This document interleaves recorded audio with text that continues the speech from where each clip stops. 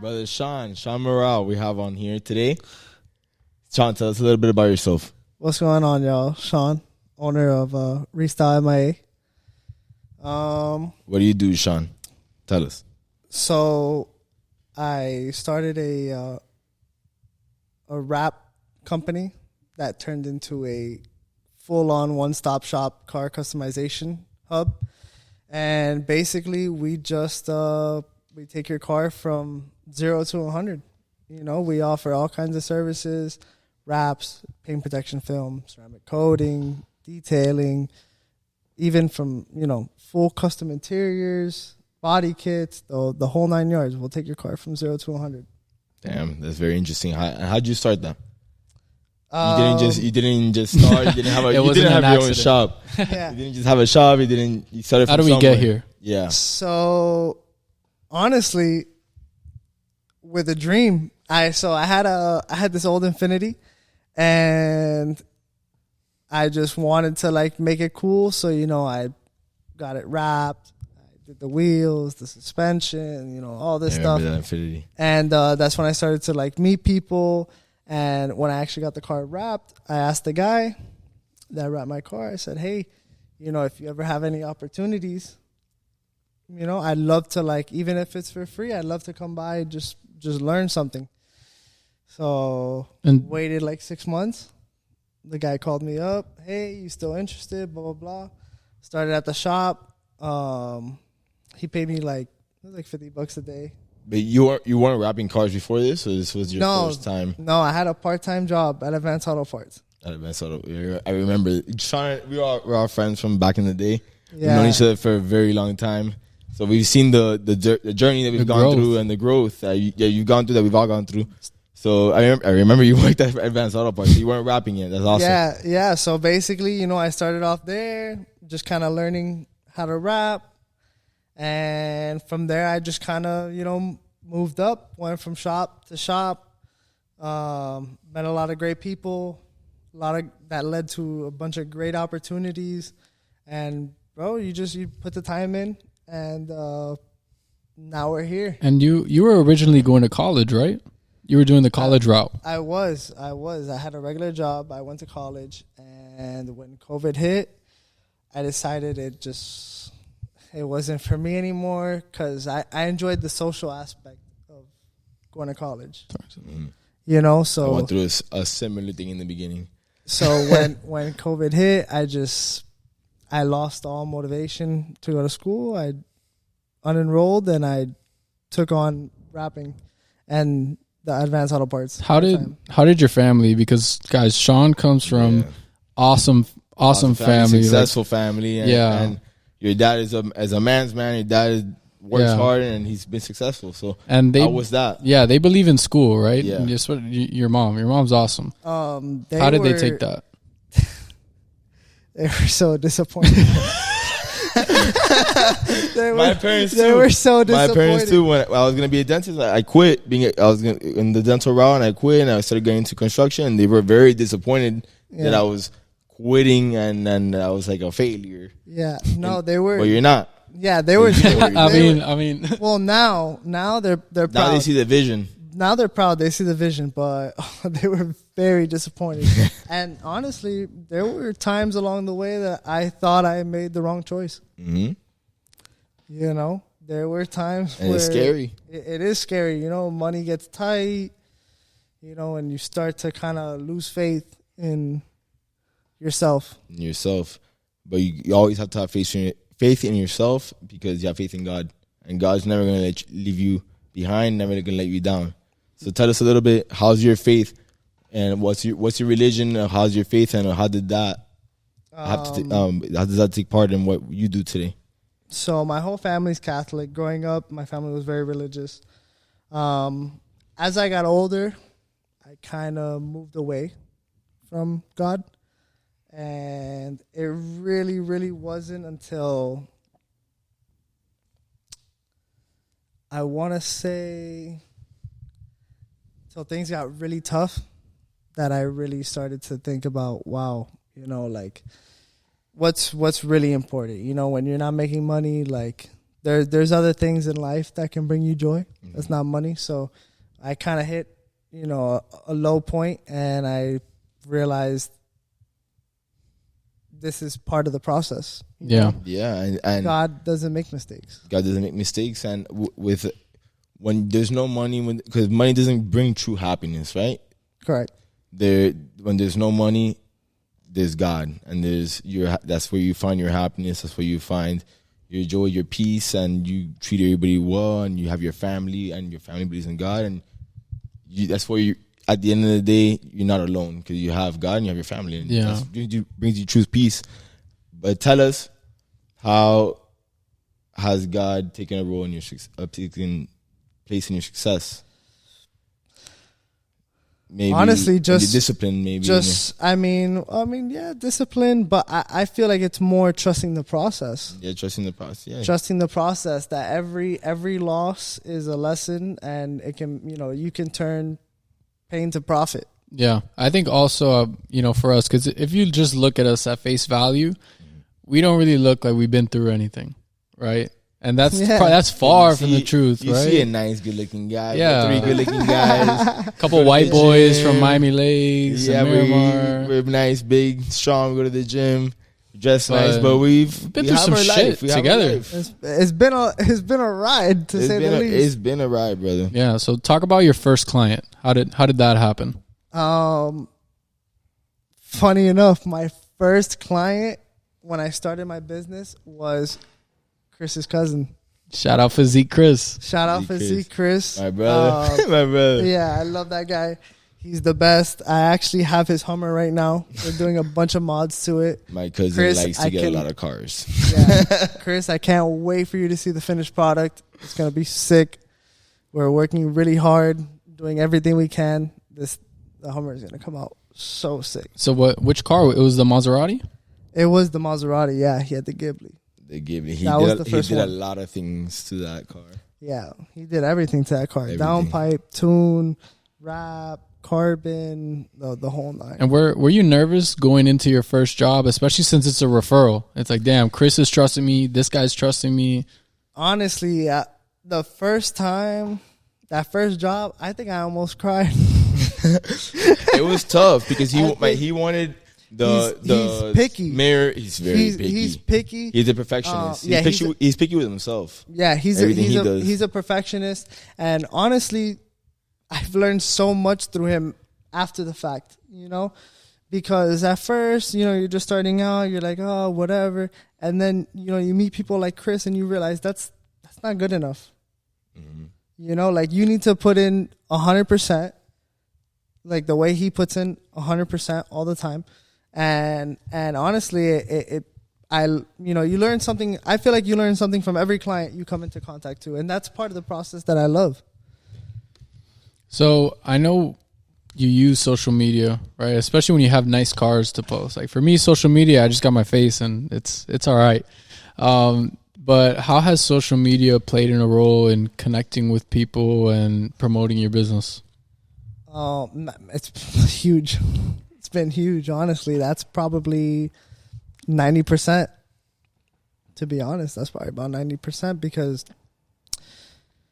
the traditional, make a website, having a Google site helps and stuff like that. But I feel like Instagram, TikTok, YouTube, that's like where 90% of your clients come from.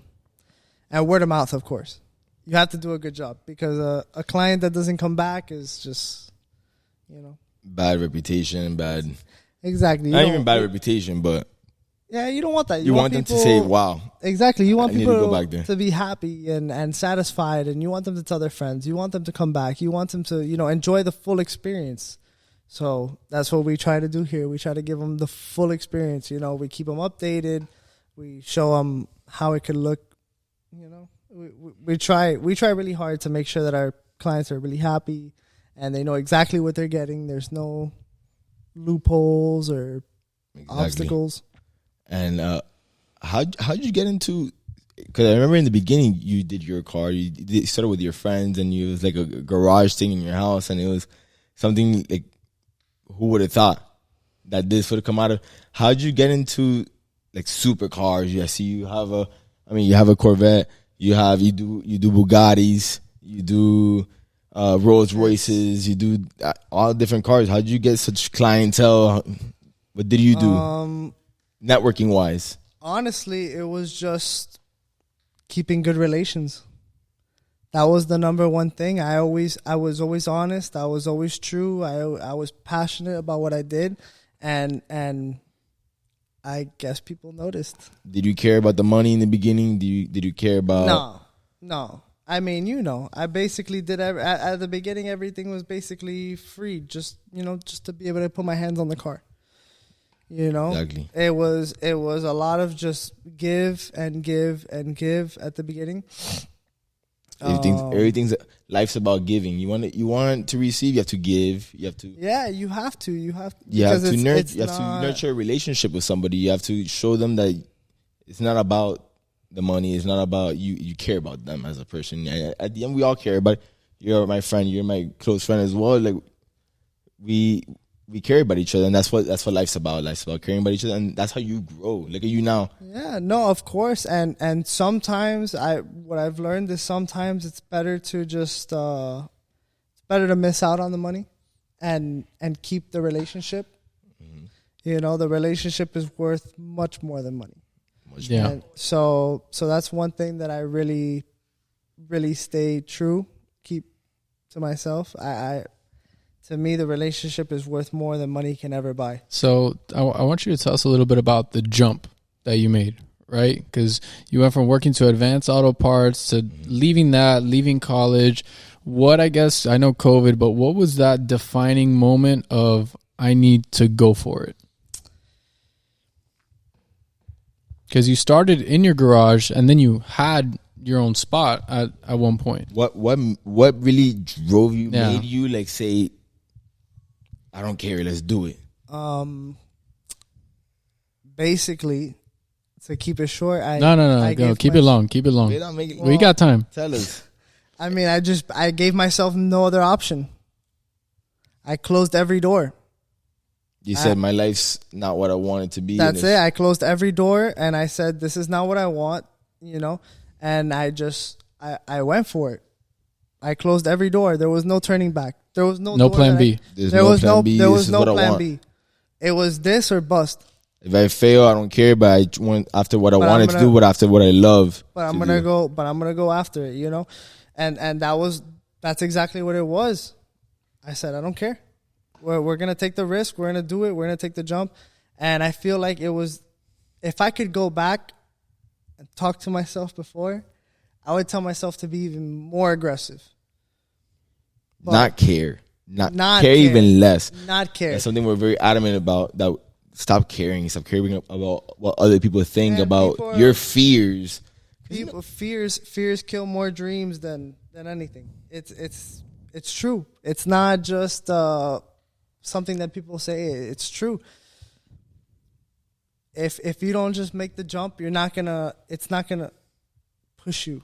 Yeah, and I want to talk about a little bit because social media has made me realize that the world wants us to think that we're trapped.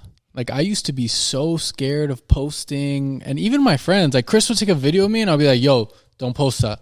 Like, I'll get upset. I'll be like, yo, don't post that. I didn't like to post. I didn't like for people to hear me speak and for people to see. I didn't like it. I like to stay low key, and I like to say. And the system wants us to think that we're trapped. And honestly, being able fills to you with fears. Yeah, being able to just open, now that I can just open my phone, I can, talk my talk and post it. Like, I really don't care. Like, I really don't care anymore. And even, Chris has seen me, and even you. I mean, that's what's awesome. This is why this is probably going to be one of my favorite podcasts, is because we've known each other and we've seen each other grow. Like, when we became friends, we were not nothing, but we didn't have anything. We were in high school, no job. Yeah. No job, doing dumb vibes. Things. And just Sunday fun day. Fun day, not caring and going crazy and on our hood rat stuff with my friends. Yeah, exactly. Just started out doing hood rat stuff, But yeah, we've definitely, it's amazing to see the growth, you know, like with all my friends, you know, you guys have come such a long way.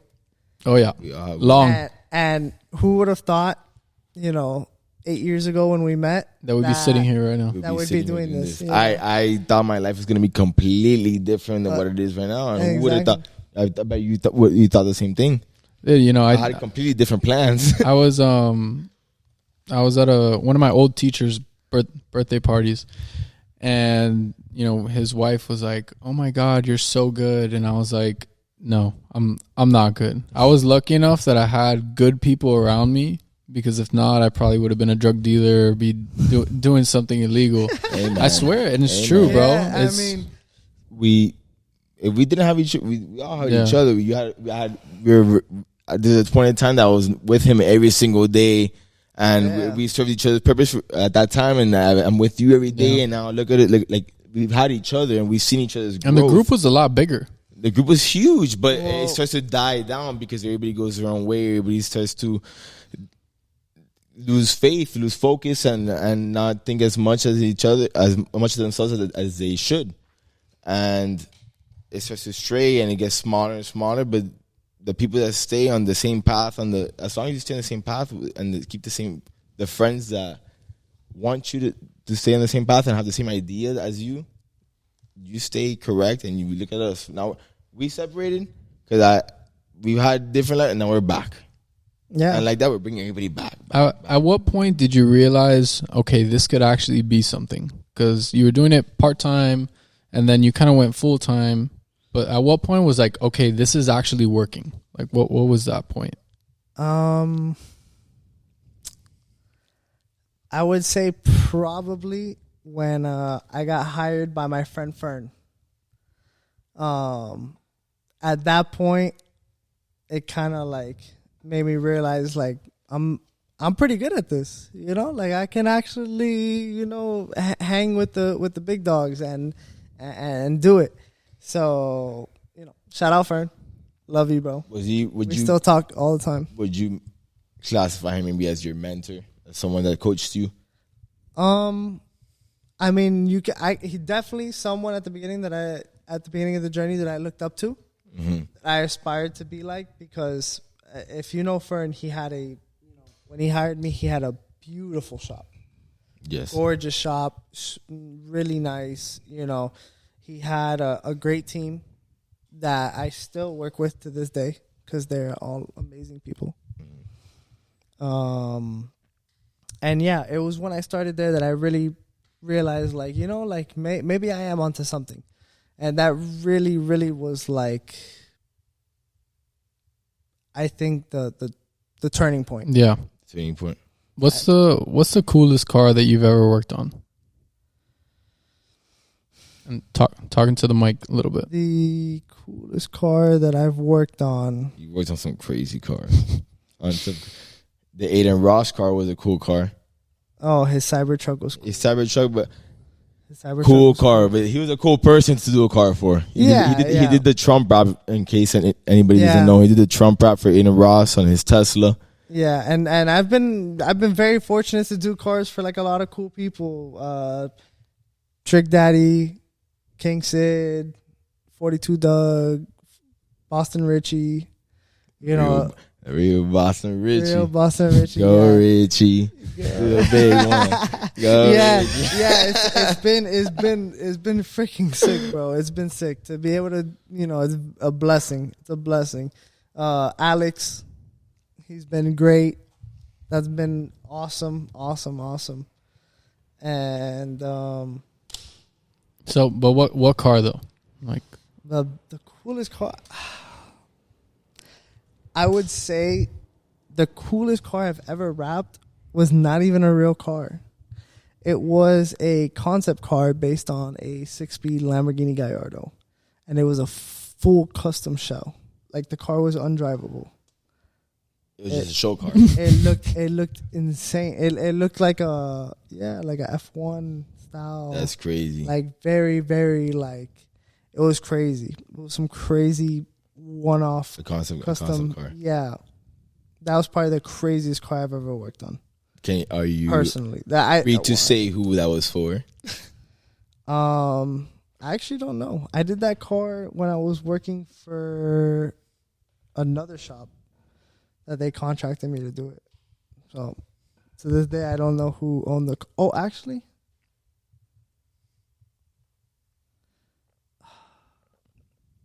I don't know. He has a store in the Design District. It's Miami, baby. Yep. Yeah, It's my he has a store. The car was actually in display at the store. Wow. Yeah, he had it somewhere in the store parked up. Hey, you It done was some like a cool display. stuff. Yeah. I've been very fortunate to do a lot of, we did a one-on-one Mansory Rolls Royce Cullinan. We've done a bunch of Cullinans. A bunch of 720s, Urus. And who would you say was the person that really taught you? And how important was he? Yeah, how did you learn how to do this? Yeah, how did you learn how to do, and how important was that person? If it wasn't yourself, how important was that person to teach you in your life? When I first got into rapping, it was one of my boys, Ralph, that he taught me all the basic things about rapping. I'm gonna shout him out, And then, Ralph. yeah, shout out Ralph. And then later on, one of my boys, Jay, that I met actually rapping, he had been in the game much longer than I have been. He had a lot of connections. And I don't know, he just saw something in me. And he started bringing me around and taking me places with him. Yo, I have this thing at this shop. He became a Come giver. on. Yeah. He gave to you. Yeah, he said, come to the Give shop. you knowledge, Let's give do you it. love, and he helped you grow. Yeah, and from there, I split the shop with Jay now. So, this is basically what it's become. Awesome. So what is something that you do to get new clients? 'Cause I feel like that's something that every single business owner struggles with is how do I get new clients? How do I get new leads? So I guess what was your strategy either now or in the beginning that helps you promote your business and finds new clients? So the strategy has always been be honest and put out the best work you can put out. You're only as good as your last job. So put out the best work that you can put out, be honest with the clients, and be reasonable. Be reasonable. Don't be selfish. Don't be selfish. Not every loss is a loss. There's been a bunch of times where, something happens. Have to replace something or it wasn't done on time at the beginning, stuff like that. And, I just was honest. I was true. And those people to this day are still my clients. We've grown and it's been nothing but amazing. Yeah, man. So you didn't really have like a mentor or like a coach or somebody that like helped you through the process. Like did you take a class? Did you take a course? Like how did you learn? No, I learned by doing it, taking risks, doing it on my own. That's basically how I learned for the most part. There was no real mentor. Hey, do this, do that. Filing my taxes when I realized like, I'm self-employed. I have to get an accountant. Yeah. I have to get a financial advisor. Like I have to bro, no one teaches you these things. I know one, actually. A really good one. His name is Julian Duban. Shout out Julian. Do you believe that you can help people and that you could show the world like how easy it is to become successful? Or maybe if they want to do raps, if they want to, or any business that you want to do, do you think you can? Because I talk about being a giver. Is there something that you want to do that you want to give back to your community, that you want to maybe teach people how to do, maybe something that you want to do that you're doing currently? Well, that's actually the idea behind the courses that I just launched. It's showing people, being the mentor, giving them access to ask questions and because at the end of the day, it's not easy. It's not copy paste. Every car is different. You touch two cars and it's not the same. There's a lot of questions, a lot of headaches, a lot of loopholes that people don't talk about. A lot of people that work on cars and customize cars, all they show you is how amazing it is. Yeah. And, So you launched a course? Yeah. You launched your own course? Yeah. What's that called? I just launched a course. It's a rap training course, you know, for so far it's for beginners, intermediate, Okay. you know, people that really just, they have an idea, but they want to really hone in, learn new techniques, new ways to work. That's kind of the idea, really just getting people to a place where they can, I mean, if they want to wrap their own car, they can wrap their own car. Or if they even wanted to start their own business, now they have the knowledge, you know, to how to properly do it so you can properly charge. Because that's the point of a business, you know, to be profitable. Make money. Yes, of And course. make money. And if you're doing a not so good job, you're not gonna be able to charge what's ideal to make ends meet. You know, so I feel like to have a solid career, a solid foundation is the key, the start. And is it an in-person mentorship? Is it fully online, hybrid? So it's a 3-day course, all in person. I'm the instructor. You're personally instructing it. Yeah, I'm personally Awesome. instructing it. I'm going to be overseeing everything myself. Yeah, and it's kind of like my baby. It's kind of like my baby. It's been something that has been on my mind for a while to do. A lot of people have asked me to do it, but I just didn't feel that I was at that level yet where I could do it. That's where we come back to fear. When are we on that level? Yeah. So, But you're that man, and now I get it. I get it. You want to feel like you get to that place that it's like, now I could really. yeah, Show you those know, people. I've like I said, I've always been honest, and I want to give people their money's worth. Exactly. You know, so I didn't feel for a long time comfortable selling a course because I didn't feel that I was at that level. I didn't think that it was good enough. It didn't justify. But you know, it's been years now. Yeah, you know, man. we've been consistent. We've been growing. Built. We've been doing good. Look where we are. Look at this. Look at this Corvette. Look at that's what we got. Look. Yeah. Crazy. And what we have outside, you got outside, it's Yeah. crazy. Yeah. So it's Look where you are and look what you've built. yeah. on your So own. that's really, and that's also what motivates me to go further.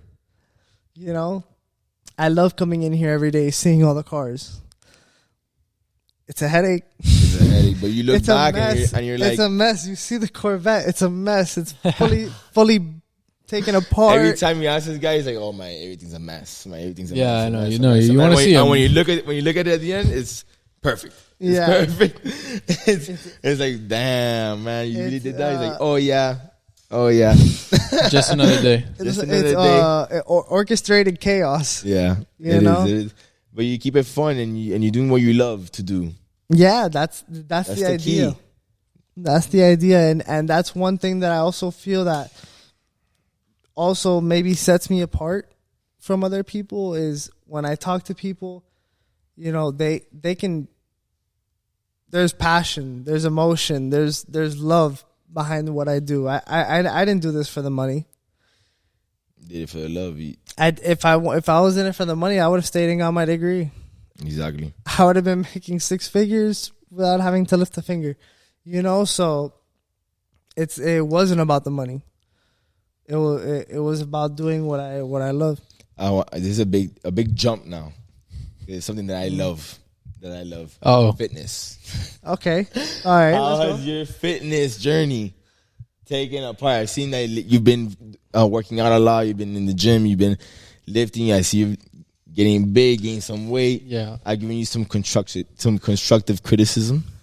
Yeah, I think if Sean lets us, we're gonna post. I think we should all post a picture of how we met each other. So like when do we all meet each other? Like 2017, 2018. Yeah, like 2017. Yeah, we're gonna have pictures of me in 2017, Chris in 2017, and Sean in 2017. I think Sean has had the most, not craziest, but like how I met you is not how you look. Nothing compared to what you are now. Nothing at all. Also, when you met me, I was 190 pounds. Yeah, man. Yeah. But my question was, has that taken a role in the man you are today, and the drive you have, and the things you do, and in the discipline that you have? It wasn't easy. It took a while, but honestly, so I did. When we all met, I was like 190 pounds. I did the keto diet, and I dropped to like 135 pounds. Like insane. I looked sick. Like, it wasn't. I know someone that looked sick for a little while too, I until looked- Big Daddy came into his life. So yeah, bro, I looked sick, so I started actually like eating right, working out, and I would say I've worked out, but I didn't take it serious, You didn't want to get too big. It was no. That's a common thing that people. I like working out, bro. I don't want to get too big, man. I don't think that was my thing. I think I was just lazy, to be honest. Yeah, man. That's where it comes from. Yeah, but last year, I don't know what got into me, but one day I woke up and I'm like, you know what? I'm not happy. Like, I'm gonna change my eating habits. I'm gonna change my workout routine. I know what got into you. We're gonna the itch. Forbidden pre-workout. The itch. The itch. So I started off with my boy AJ. Shout out AJ in Performance, the Yard Miami. We started training together, and I fell in love with the process. So I want you to touch on how have your result, because you tried it on your own, right? And then you tried it with a coach. How different have your results been having a coach? Oh no, man, it's night and day. It's not even an argument. Having a coach is the best. No one is. You think that you're pushing yourself, and you think that you're really going the extra mile, until you have someone in your ear saying, Another 5. That was not enough. You have. I see another 5 reps in you. Oh no! You thought you were doing 3 sets? No. We're actually doing 4. Actually, there's one more rep in there. I know that's 200 pounds on you, but that's. But you have. You think you're pushing yourself until you have someone that tells you that, and then you're like, what? I do, really? And then you do it. You believe in yourself, and now. then you do it, and yeah, it's a lot about believing in yourself. And that's one thing that having a trainer. Aaron, he's the best. Shout out the Yard. And the Yard. Shout out Aaron. I love you. You've been a blessing in my life.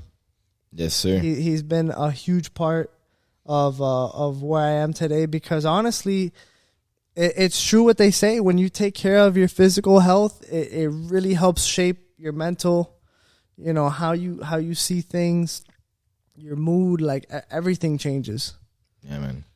It does. It's changed me. I used to be very overweight out of high school, and it changed me for sure. And it changed my drive. It made me more aggressive as well. But that's good as a man. It just is it? I believe so. I believe it is. All right. So let's take a quick little break here, and then we'll get back in on the action. Yes, all right, sir. Yeah, let's do it. Sean, how much different would your come up in your career have been if you had a coach or a mentor? It would have been completely different. It would have been night and day, because, when you have someone, no one teaches. Everyone always shows you the wins. They always show you how good they're doing, how much money they're making. The business is amazing. They don't show you the losses that come in between that. They don't show you the risks. They don't show you the tears, the emotion, the passion. The days that you want to give up, that you say, I'm done with this. Exactly. Like, man, there were so many days that I just wanted to apply for a regular job and go back to working for someone.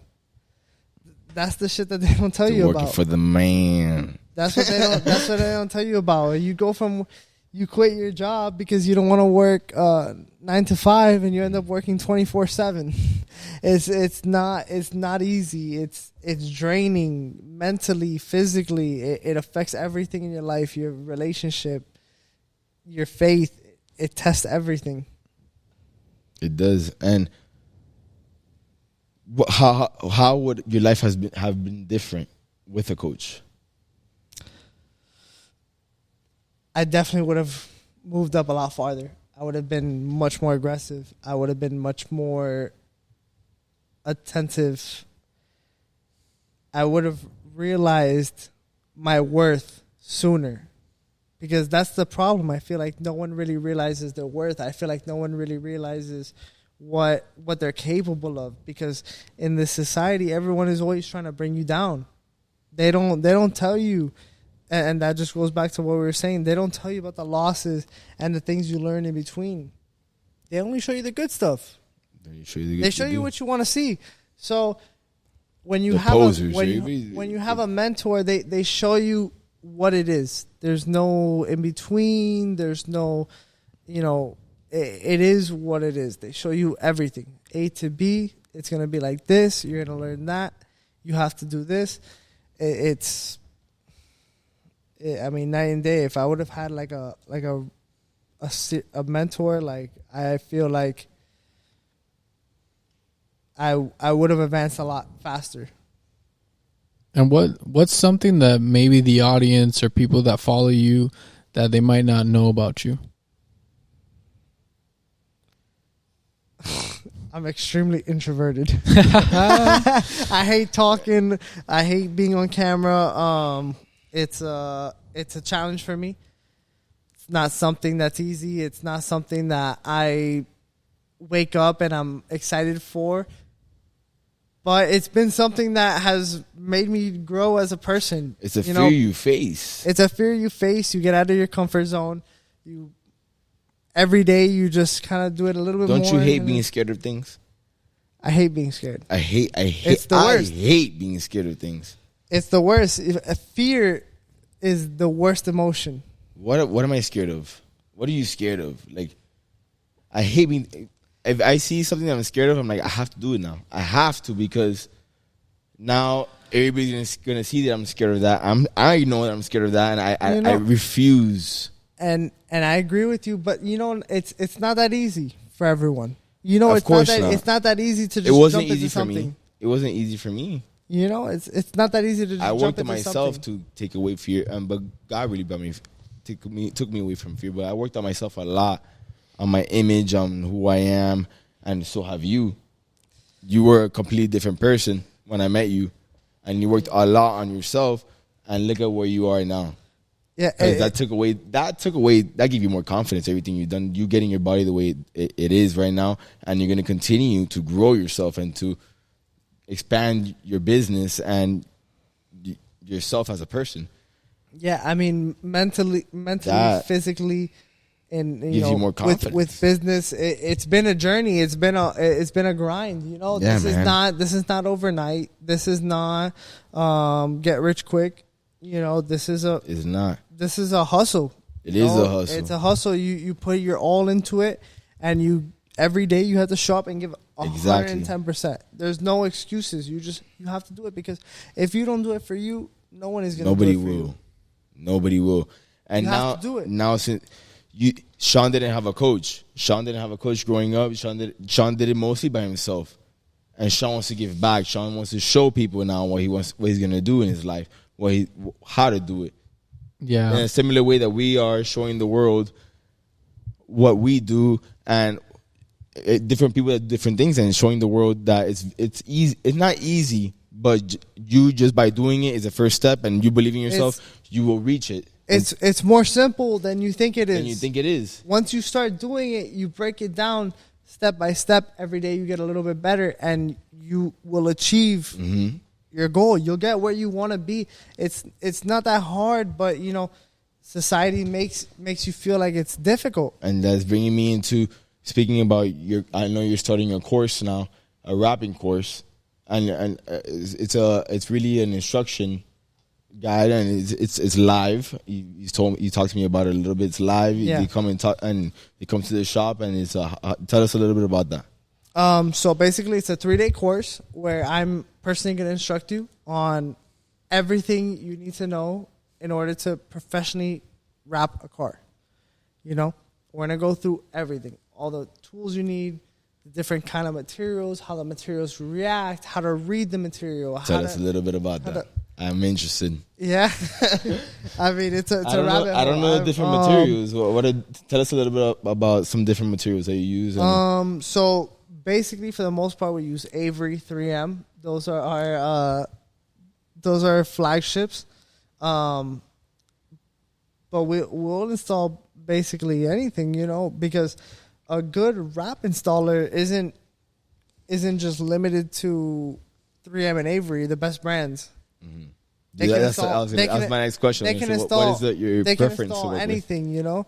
So there's other wrap companies out there. There's an Ozatech, Tech Wrap, Vinyl Frog. Like windshield that you need to wrap in blue still. I've been warning.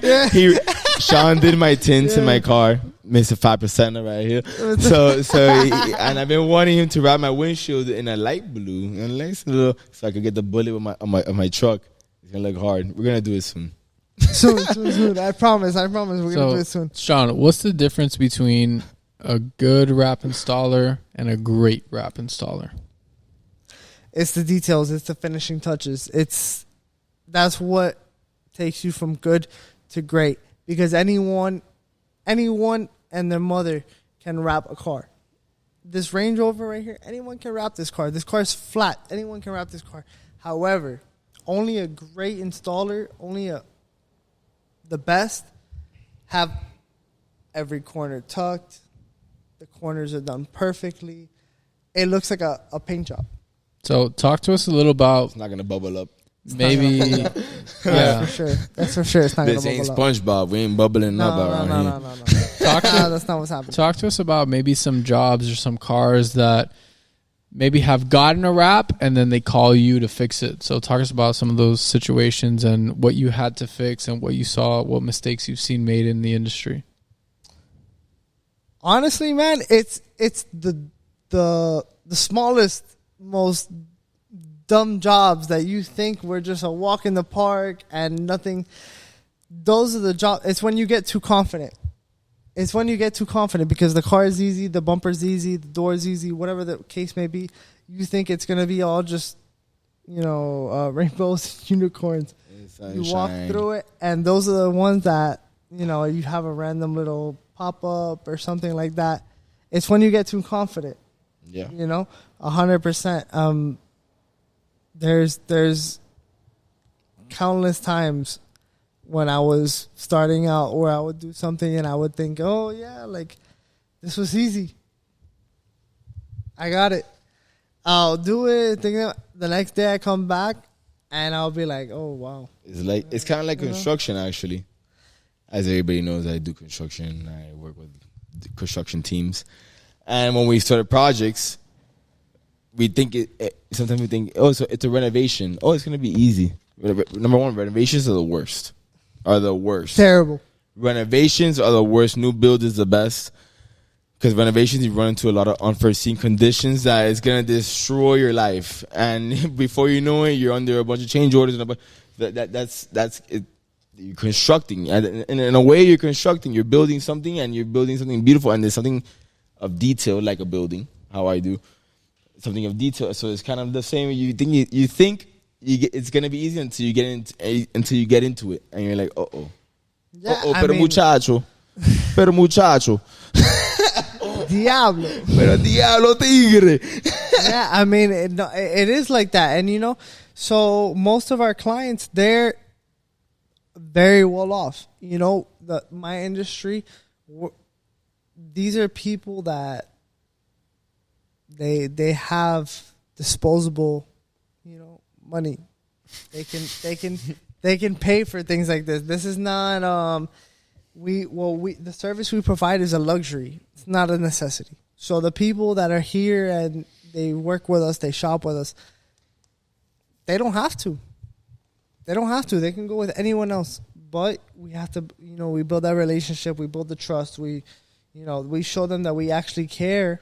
And, that's how, I feel like that's how we've grown so much success so fast. And I remember we asked you your favorite car that you wrapped, the best car that you wrapped. What was your worst nightmare of a car you wrapped? Worst Was nightmare. it the Kia? Was it your aunt's car? Was it auntie's? Auntie's car wasn't that bad. Auntie's car, I love my auntie. That's my cousin. That's my cousin. Her car wasn't so bad. The worst car I've ever wrapped.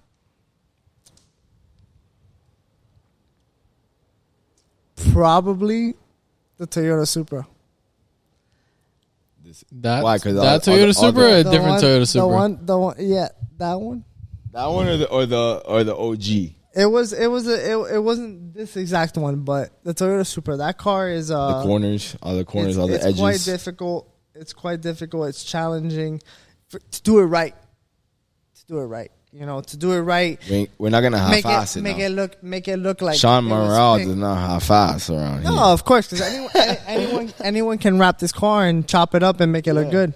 It's about making it look like paint, making it look like the car came that way from the factory. That's the challenging part. And what? Second, Go ahead. second to the part. Supra, I would say probably the Ferrari SF90. That car, That's when you know I'm not on the level. I don't even know what that is. the SF90. No, the SF90. That car gives me nightmares. Why? The same thing. The edges, all the corners, Everything about that car is aggressive. Well, I mean, to begin with, that car, not just anyone is certified to work on that car. You need a certified installer, someone that is qualified to work on that car. And Sean Morale is qualified installers to do whatever you need in your life. Take care of you. And it didn't start off that way. But it didn't start off that. He started in his garage, like I said before. It didn't start off that way, but eventually we got to that. So that's another thing. Like that's an inspiration. Being That's able to work inspiration on to other these people. kind of. You're inspiring people around the world right now.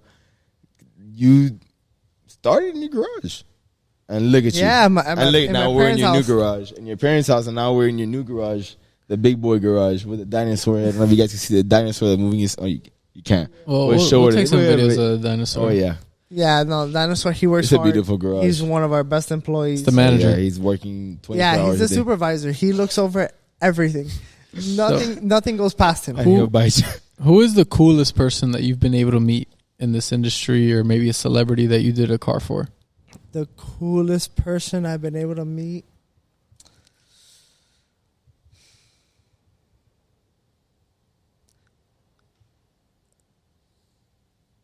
I would say probably the best person, like the coolest person I've ever been able to meet. And I'm only saying this because personally they're one of my favorite artists, and it's something that means more to me than just the raps. And that's probably like Kodak.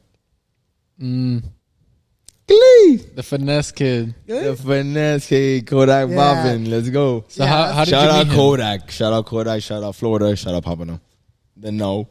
The no. How did you meet Kodak? Through a shop that I was working for. Actually, it wasn't like my own client. It was just someone that I met, being able to work on their cars, and I just thought it was, for me, that was really why I said, damn, like I just met Kodak. this is Kodak. Like, this is not Juanito from down the street, Perito. Yeah, Yeah, from the block. this is someone that I love their music and I love their art, and to be able to work with someone like that for me was just amazing. It was I can't even explain the feeling, like how I felt when I first did it. It was just insane. Awesome. For somebody that wants to get into the car industry, for anything, maybe as a mechanic, like what are some environments, what are some places that they can maybe plug into to just be in that world?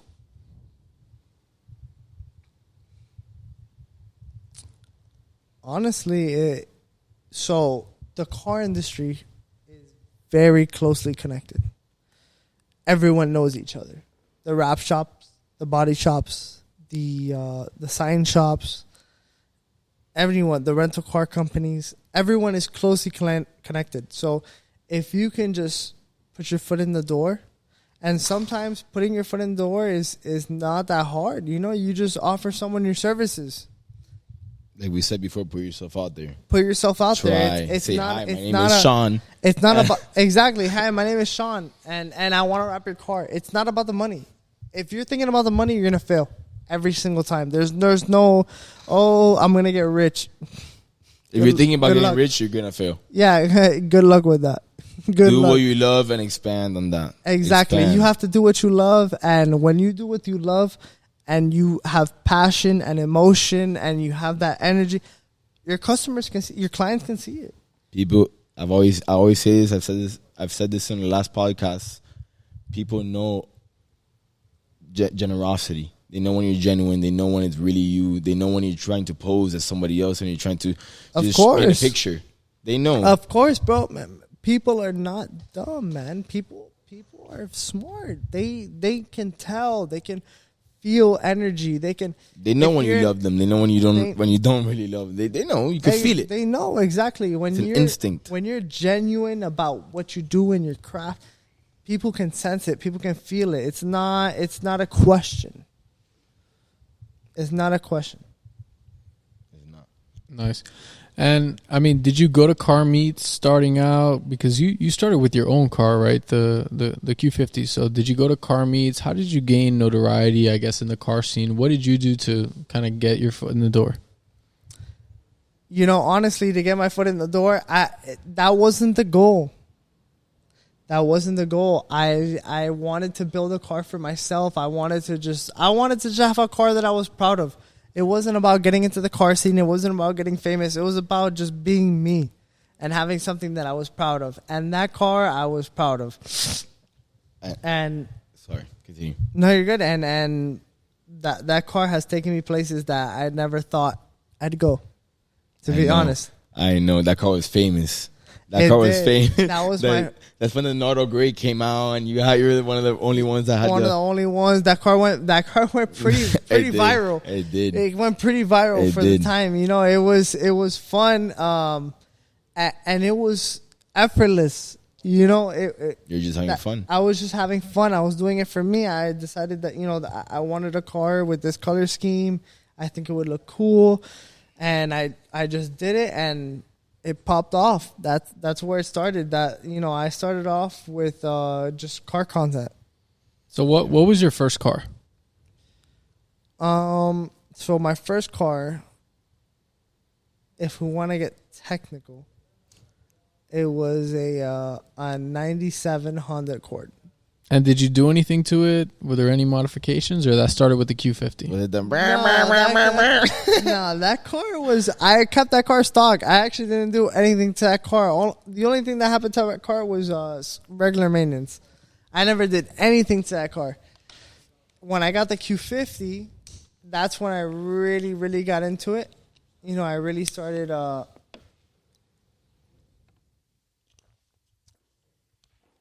looking into the possibilities of I started thinking, maybe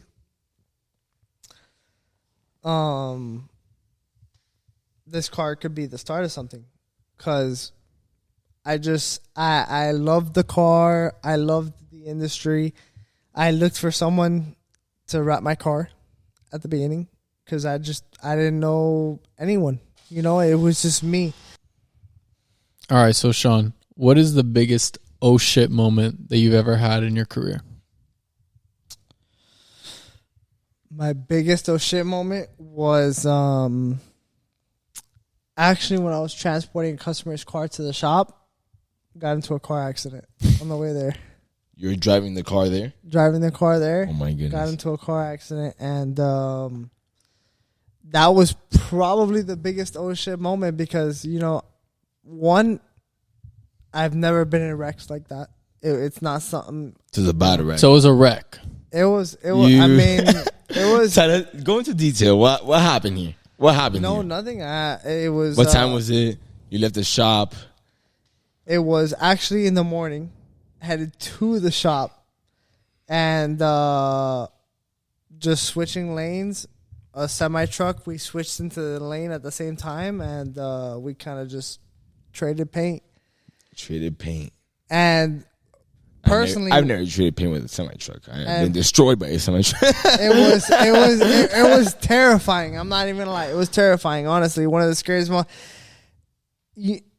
You've never wanted to die until you feel that kind of pain. It was crazy, bro. Like I can't even explain it. Like I would have rather died than called that customer that day and told him what happened to his car. What kind of car was it? It was a Toyota Supra. It was What year? A new one? It was a launch edition Supra. This was probably like 2 years ago. So when they first brought it out. When they first brought it out, yeah. It was when I first started my company. It was at the beginning. Damn. There was nothing. I didn't have no one. There was no A BMW Supra. There was no parachute. I'm playing Supra. There was no parachute. There was nothing to fall off on. It was just me, and this was my first real issue. And that's when I realized that I actually have to take this company serious because all this liability is on me. Anything that happens to these cars is on me. I have to take care of it. I have to pay for it. So if I'm going to play with, if I can't even compete with $60,000 cars like the Supra, how am I going to get into supercars? These cars cost $250,000, $500,000, $1 million, over $1 million. This is real deal, This is what really made me wake up because I realized this is not play shit. This is something that's for real, and someone's trusting you with their property, and with their assets. It's an asset because Bugatti and someone's exactly. Their assets. These cars, some of these cars cost over $3 million. These are cars that people wake up and they dream of seeing these cars.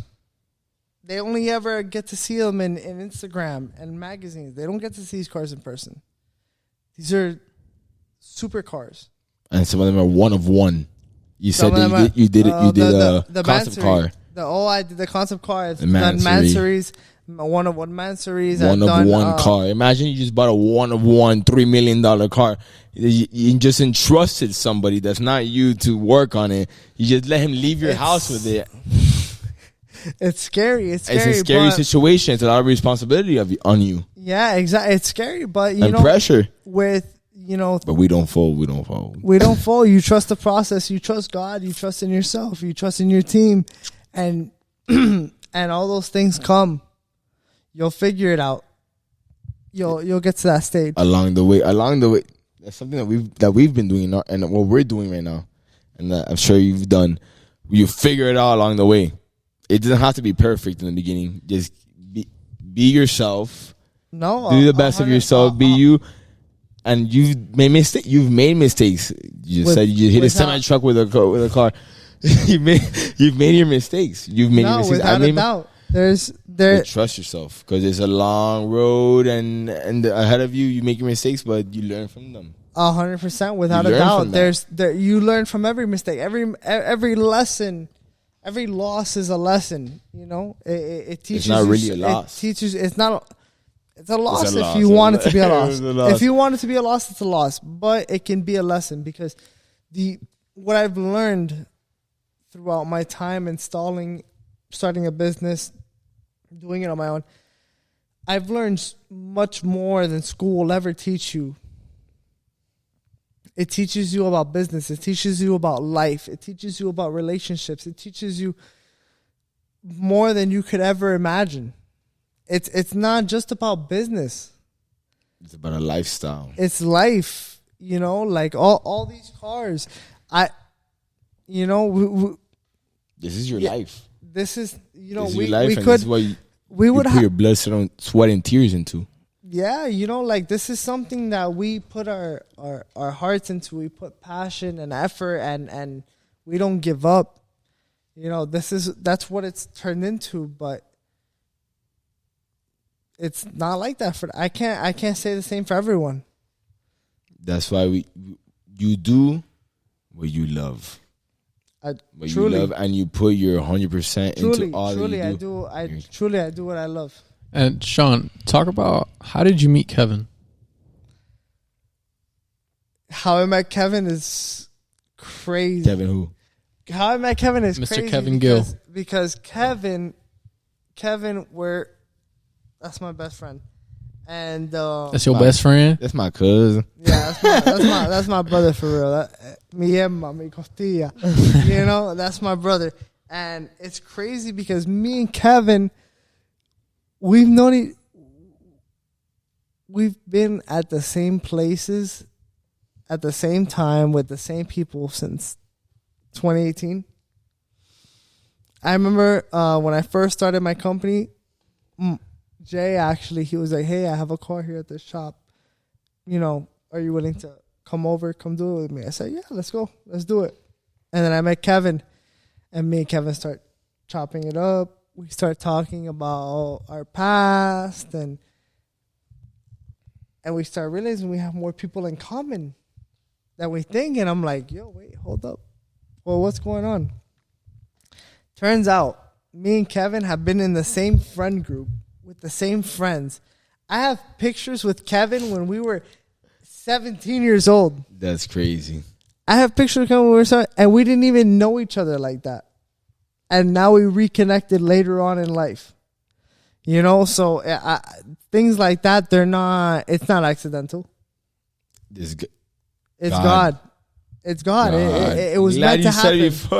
It's God. It's God. It was meant to happen because how do I meet someone when I'm 16, 17, 18, and then 3-4 years later, we don't talk, and somehow we reconnect to the same industry, the same love, the same passion, and we just, we click. Awesome. So I wanted to ask you, you started with the Honda Civic, right? Mm-hmm. You went to the Q50, and then, you had some bread in your pocket. What motivated you to kind of choose the BMW, and how did you approach the BMW differently than you approached the Q50?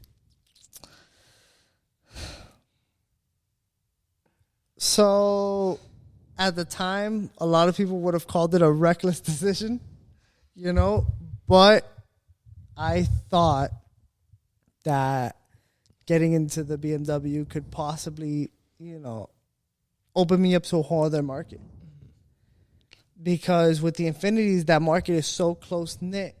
There's no real access point. When the BMWs, the Porsches, when you get into the European cars, you have more access, and it really just takes money. It takes money. Yeah. But you have to give before you get money. You have to give before you receive. It really just takes money, but it's crazy because this car has opened up so many opportunities for me. It sounds dumb, but it does. It's like getting a Rolex. You turn a liability into an asset. Exactly. It's the craziest thing because growing up, your mom and your dad, they tell you don't get an expensive car. It's a liability. I would have told you to not get an expensive car. It's a liability. Someone has told Julie not to get expensive cars, and they've told me. They told I'm looking at the guy that told me. Me? No. Oh, not me. I know I'm Mr. Reckless. Yeah, no. I said get the Cullen in. Get the truck. Get the truck. Mr. Julian. But it's crazy, because a lot of people don't tell you. They tell you, and I don't disagree. Don't put yourself in debt. No. Especially if you can do it, if it's not necessary. But at least for me, it was an access point. It was the first foot in the door. And that's what opened me up to all these exotic and luxury cars. It's how people, when you dress nice, you invite certain type of people. When you wear some people like to buy nice jewelry, nice watches, different brands of watches, because it's not really that you're showing. It's just other people look at you and say, "Wow, he has that. He has that. Who is this guy?" Unfortunately, yeah, that's how the world works. Unfortunately, it's how they see you. They see you of the same status. The same status. If you dress nicely, people don't want to deal with other people that are not at the same level. Because it just says like, I'm gonna waste my time, and like when it's messed up to say, but like when you say I'm gonna waste my time, that's why you have to be the best of yourself, look the best of yourself, act the best of yourself, try to get the most education you can, and try to be a giver and a genuine person, a man's man, and a person that's a people person, and not afraid. Look at that. Like, if you had a fear in your life, would not have accomplished anything. No, 100%. And I mean, don't get me wrong. The fear is there. And there's different fear. The fear drives me. There's different fear because there's a fear of failure. There's a fear of failure. The fear of failure, it drives me. But when you really weigh out your options, the fear of failure and the fear of being just regular for your whole life. I don't want to be regular. That's scary. That's scary. You know, everyone goes through struggles in their life. It's the struggle that you choose. Truly. Because I feel like anyone is capable of this. This is not. I was. You're not building a rocket. You're not Elon Musk building a rocket ship. You're not building a rocket. And that's something to him that's like, I can do that. No, and I feel like anyone can build a rocket ship if you want to. Because if you want to, you surround yourself with the right people. You can do it. It's not about.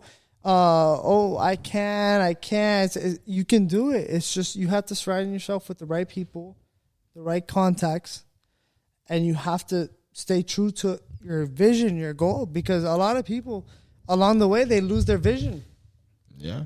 They forget about why they started.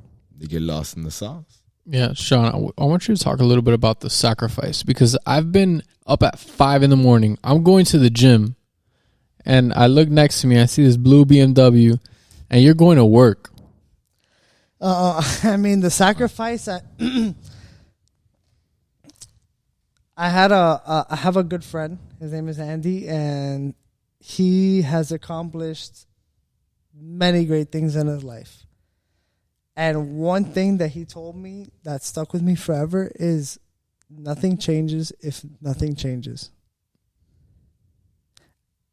It sounds dumb, it sounds repetitive, but if you really break it down, it's true. If you don't change your habits, you don't change your lifestyle, you don't change the way you see situations, you'll never change.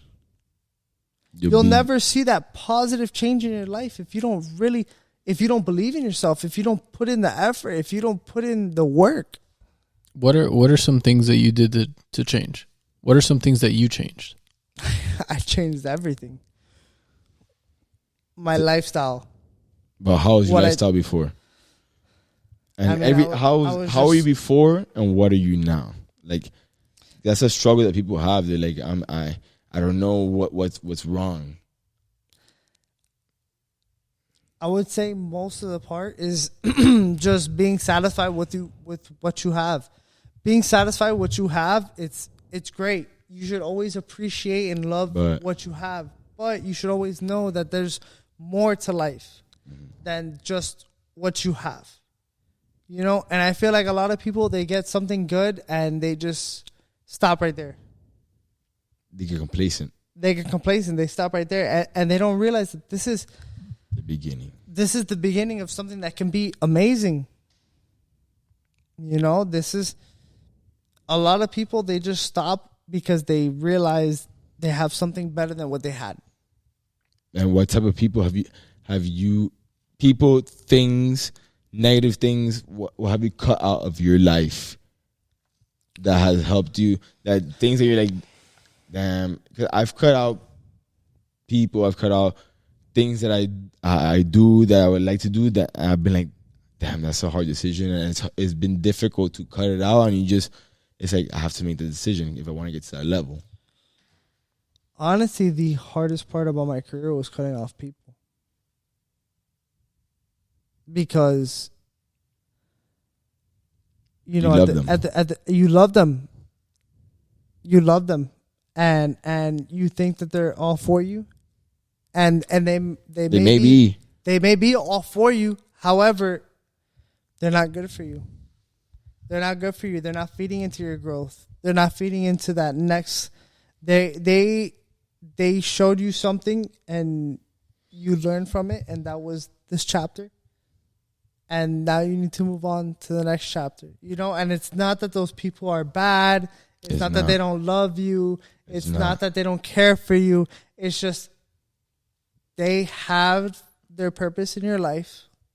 They're still your friend. You still love them. And they're still your friend. You still love them. But to get to where you want, deep down, you have to keep moving. Keep moving and you know, and stay on the path and put yourself around people that are like you. And you cannot forget about those people. The day you forget about those people, you forget about who you are and who you came from. And you cannot forget about those people. Those people will forever be a turning point in your life. Your soul. That's your soul. That's your soul. That's your base. You're no one without those people. So you always have to remember who was there for you when you started, why you started. There's so much. It's, unfortunately, you have to move on, and there's people that you have to bring in and take out. But you can never forget the people that were there, the people that supported you, the people that loved you, the people that cared for you. You cannot forget about those people. Those people made you who you are. They do make you who you are. What are some habits that have led to your success? Waking up early, strict diet, exercise, keeping just a routine. And staying true to it, not regardless of the circumstances, regardless of, I have to work extra today, or we're behind on a project, but this and that. You just have to make time for the things that are important, and you have to stick to those things. What advice would you give someone that wants to get into rapping or get into the industry? Get into it. Don't be scared. There's nothing to be scared of. This whole industry started with people that had no idea what they're doing. So why would you be any different? Just get into it. There's no reason to be scared. There's no reason to be worried. There's endless opportunities out there. You just need to jump in and do it. Awesome. Follow his course. Listen to my tape, man. And Sean, talk to us a little bit about PPF. Like why should I if I spend this money on a car, why should I get PPF? Why is that important? Well, I mean, I feel like the answer is obvious. You buy $100,000 car, you want the car to retain its value, because at the end of the day, these people that buy these $100,000 cars, these cars aren't forever. The moment you drive a car for a lot, and they know that. They know the car is going to lose value. They know, So the best thing you can do is retain the value of the vehicle. You PPF a car the day you buy it. When you go to turn it in, if it's in great condition, you're going to get top dollar for that car. You're going to get top dollar because the car is in amazing condition. Yeah, I'm sorry. Please explain to people what PPFing a car is. Oh, okay, yeah. So paint protection film is basically a clear film or matte, depending on what you like. It's a clear film that goes over the factory paint of the car, and it protects it for up to 10 years. It's thick, it's durable, it protects your car from all kinds of damage, rock chips, fender benders, random things that might happen, door dings, It protects your car against all kinds of events. Christmas lights that you may not have planned for. So it's a great investment. Your car doesn't have to cost $100,000 for you to do it. It's a great investment regardless, because if your car is in great condition, actually most dealers will give you more money for the car just because it has the PPF. It has the protection. They know the car is good. They know the car is good, and they know the car really was exactly. If you paid for the PPF to get the car fully PPF, they know the car was in good condition. The car was well kept. It has its maintenance records. The car, when you go to trade that car and you're solid, you're good. There's nothing to even question. Nice. What are some, I guess, aftercare tips that someone should do to maintain a wrap? The beauty about the wrap is there's no extra aftercare tips. You can take care of it like if it's your normal paint. You can get it washed the same. You can take care of it the same. You can even wax it if you wanted to. It's the wrap is an amazing product, to be honest. The way how far it's come, the versatility, it's something that I never thought it would have come to that. It's great. Awesome. And Sean, why should somebody go towards maybe a studio versus a mobile tint guy that will come to their house? Like, why should they go with you and that's in a studio? So, I don't like to knock anyone's hustle. There's a lot of great mobile wrap installers out there. Shout out to them. But when you're dealing with mobile installers, you're dealing with the elements, things out of your control. When you're in a shop that has AC, the doors closed, it's a controlled environment. You can control the dust. You control the debris, the possibility for error. When you're outside in the elements, mobile tinting, you can't control any of those aspects. There's things that are going to happen. And unfortunately, when you're out in the elements, what are you going to do? There's nothing you can do about it. It is what it is. But when you're in a shop, there's no excuse. It's a temperature controlled environment. There's no dust. The car is clean. It's a straightforward process. Yeah. That's the advantage. A lot of people like mobile tinting for the convenience, and it's great. I agree. It's convenient. You could be at your job. You can get your car tinted. However, you can't expect the best job.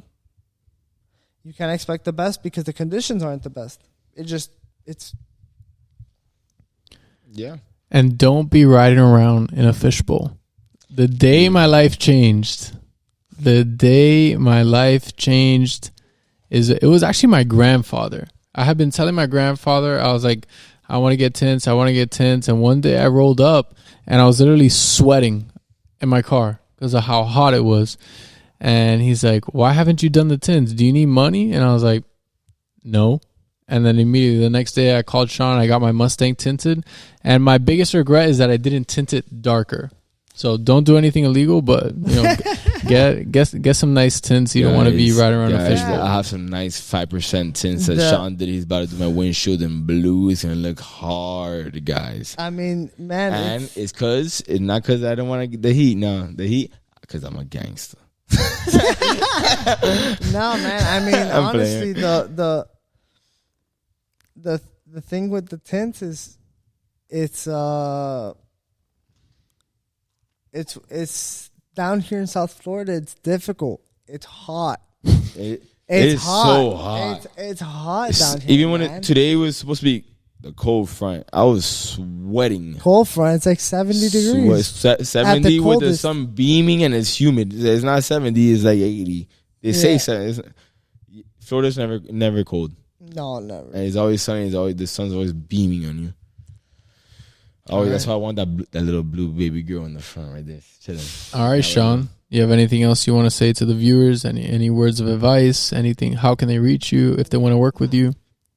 Well, I mean, if you want to reach me, you want to ask me more questions, reach out. Restyle MIA on Instagram. Definitely reach out there. I try to answer messages as quick as possible. Get everyone the answers they need, the answers they want. I always try to be truthful with the answers. So if you want to reach me, the best way is Restyle MIA on Instagram, or you can come to the shop. You can always come to the shop. What's the shop address? You know it? Yeah, 6392 Northwest 97th Ave, Doral, Florida. Pull up anytime. And we're strapped. Don't get any funny ideas. Don't get no funny ideas. You gonna get some. Because we got something for you, boy. Yeah, I mean, yeah, just, if you have a genuine question or a call, you come through and we'll take care of you. Awesome, Sean. Thank you so much, bro. Appreciate you. Appreciate you. My brother, it's a pleasure seeing you. God bless you. Pleasure, man. Great Thank things you coming. for having me. And we're out. And where you at, baby? Come on.